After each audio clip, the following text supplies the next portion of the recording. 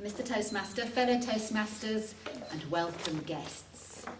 Picture the scene. I'm flat on my back, both legs in the air. And the tall, dark, black man in front of me is instructing. Heels to the ceiling, feet apart. I want 2 strong columns. Now, lift your bum. Come on, you can do it. Encouragingly, he smiles, scoots closer, drops to his knees, and lifts my pelvis to support my hips as I raise them. A single thought is running through my mind. If anybody comes in now, what will they think? It's funny how that unbidden notion springs to mind in the most irrelevant situations. To combat my spiralling panic, I focus on 3 widely diverging explanations for this scene that any casual observer might make were they to come into the room. Worst case scenario. It's obviously an impromptu sexual encounter, which is somewhat bizarre because Sam is married to a German and not to a Jamaican. An alternative, more middle-of-the-road explanation? Maybe Sam is giving birth. Equally bizarre because I'm sure she's mentioned she's having no more kids. Best possible outcome, and bang on the nose, it's obviously a personal training session in the office over lunch. Now, I know that all of you were going with the personal training scenario, but in itself, that begs the question as to why Sam feels the need. Short answer. David Nottage.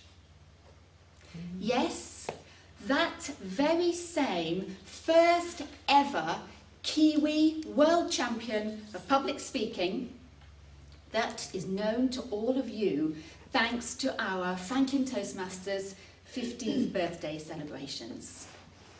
Watching David construct his story, admiring the way he worked his audience and, quite frankly, coveting his remarkable stage presence, it seems I also inadvertently inhaled his inspiration.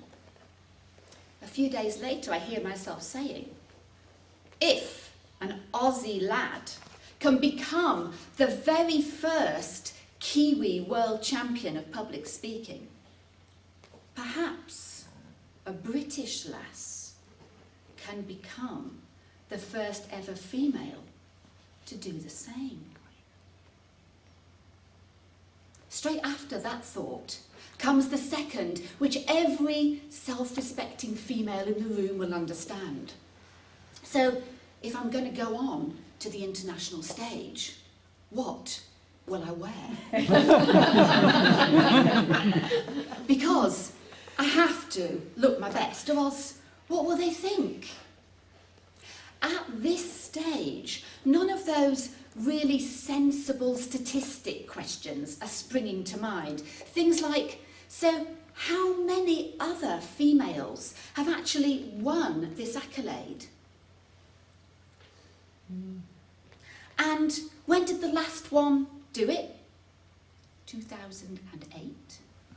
And actually, for how many years has this World Championship of Public Speaking been running? 79. Now, perhaps at some later date I'll research all of those a little bit in more depth, but right at this very moment it's all about looking good. Because When I go live on stage, unlike David back in 1996, if I'm at the World Championship of Public Speaking, my live on stage performance will be recorded in glorious Technicolor for posterity. How superficial, you must all be thinking. In fact, when I was 12, my stepdad thought of me as Sprout. Now, Sprout was his way of acknowledging my development, but he wasn't speaking about the field of public speaking. In fact, it was more about my sprout. My burgeoning womanhood was not something that I appreciated, and so I developed a habit of rounding my shoulders to disguise my wobbly bobblies, which only really came into their own when I hit 30 and I had my first child. All this to say that, posturally speaking, there is work to be done. My personal trainer calls it a core issue. Literally speaking, I believe he is talking about my core muscles. But I wonder if the core of the matter isn't that I need to start asking people to think of me intentionally. Here at Franklin Toastmasters, every Toastmasters, we have the and ah counter, whose role it is to help us to become aware of our filler words. But what I really need right now is a stoop counter.